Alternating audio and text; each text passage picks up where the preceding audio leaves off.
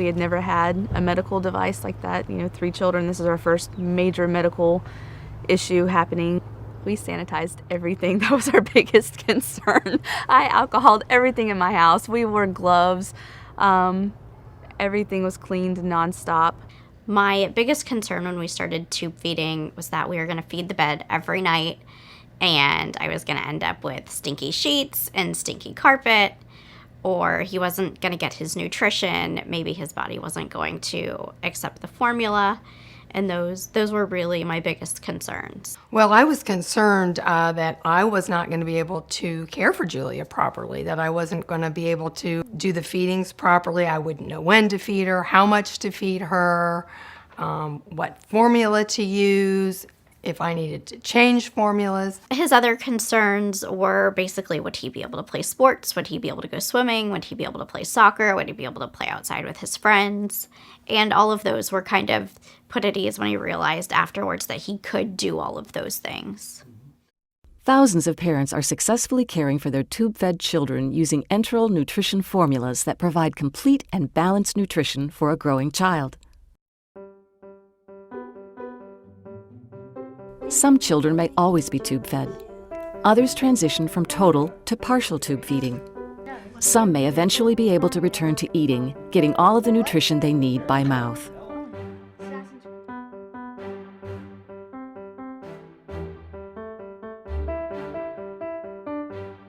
During eating, food goes into the mouth, down the esophagus, and into the stomach.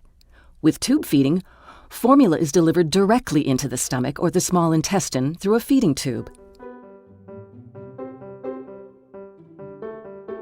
The type of feeding tube you received in the hospital was determined by your doctor. The decision was made based upon the function of your GI tract and the length of time tube feeding was likely to be needed. Some feeding tubes are appropriate for a short period of time, typically less than 30 days. Others for longer-term tube feeding. A nasogastric or NG tube is inserted through the nose and down into the stomach. This type of tube feeding is typically for short-term use and will not be covered in this program. Please contact your healthcare provider for more information. A nasojejunal or NJ tube is inserted through the nose and down into the jejunum, the second part of the small intestine. A gastrostomy, or G-tube, is placed directly into the stomach through a hole made through the abdominal wall and into the stomach. This hole is called a stoma. G-tubes can be placed surgically or non-surgically. A type of G-tube placed with an endoscope is known as a PEG. A jejunostomy, or J-tube, is placed directly into the jejunum through a hole made through the abdominal wall or through an existing G-tube. A J-tube placed through a G-tube is called a G-J-tube. We mentioned stoma for tubes that are inserted through the abdominal wall and directly into the stomach or small intestine. The stoma is actually a tunnel which extends from the abdominal wall into the stomach, G-tube, or intestine, J-tube. The stoma can be created surgically or non-surgically.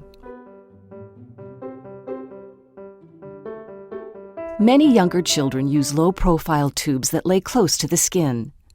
They're less noticeable and easily hidden under clothes. Low-profile tubes are also more difficult for the child to grab onto. Some low-profile tubes, as well as some standard-length G-tubes, have a balloon on the end. Inflating the balloon prevents the tube from falling out of the stoma. The balloon is filled with water following manufacturer's recommendations. This inflated balloon, along with the skin disc, helps hold the tube in place.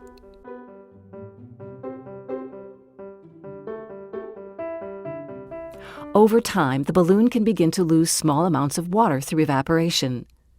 When that happens, there could be leakage from the stoma site, or the tube could even fall out. You should follow instructions for checking balloon volume provided by the manufacturer of your tube or your child's healthcare professional. Tube site stoma care should become an important part of your routine. To clean the tube insertion site for G and J tubes, follow these steps or the instructions from your child's healthcare provider at least once each day. Wash your hands. Gather the materials you need to clean the tube site: soap, clean cloth, cotton-tipped swabs, and warm water. Clean skin with a clean cloth and soap and water. Start at the tube and work outward in circles. Clean under the skin disc or external hub with a cotton swab, soap, and water. Rinse the site with warm water and dry completely. If your healthcare professional has told you to use a dressing, change it every day or right away if it becomes wet or soiled. The external hub or skin disc should not be tight against your child's skin. For G-tube only, make sure the tube turns all the way around freely and moves up and down slightly, about 1/4 inch. Call your child's healthcare professional if there are signs of infection or skin problems at the tube insertion site, such as redness or rash, swelling, pain or soreness, unusual drainage.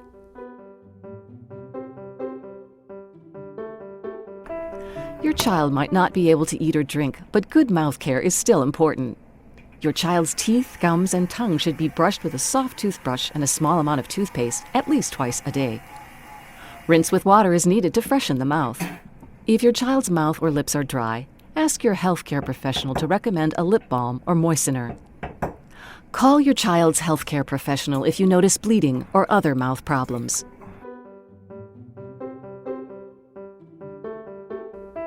Your child's healthcare professional has selected a tube and formula that will work best for your child. Each child needs certain nutrients, carbohydrates, fat, and protein, all in the right proportions. The formulas available on the market provide enough of these nutrients, as well as vitamins and minerals, to meet your child's needs. When recommending a formula, your healthcare professional will consider specific nutrient needs and your child's medical condition. Each formula is different. Some are designed for a specific age range or for delivering more calories in less volume. Some formulas may contain fiber to support your child's bowel function. Some formulas are designed to be easily digested, which may be helpful for children with conditions causing poor absorption or digestion. Some formulas are designed for specific medical conditions. There are many options to make sure your child gets the most appropriate feeding. If your child experiences any discomfort or is not tolerating the feedings, it's important to talk to your child's healthcare team. Formula comes in 3 types. Some are ready to use, while others need to be prepared before feeding.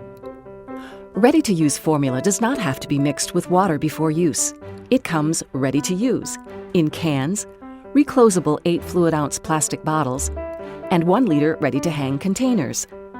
Concentrated formula is a liquid that you mix with water before use to make it the right strength.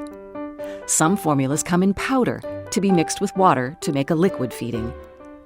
When mixing water with powder or concentrate to make formula, follow the instruction on the label or those given to you by your child's healthcare professional.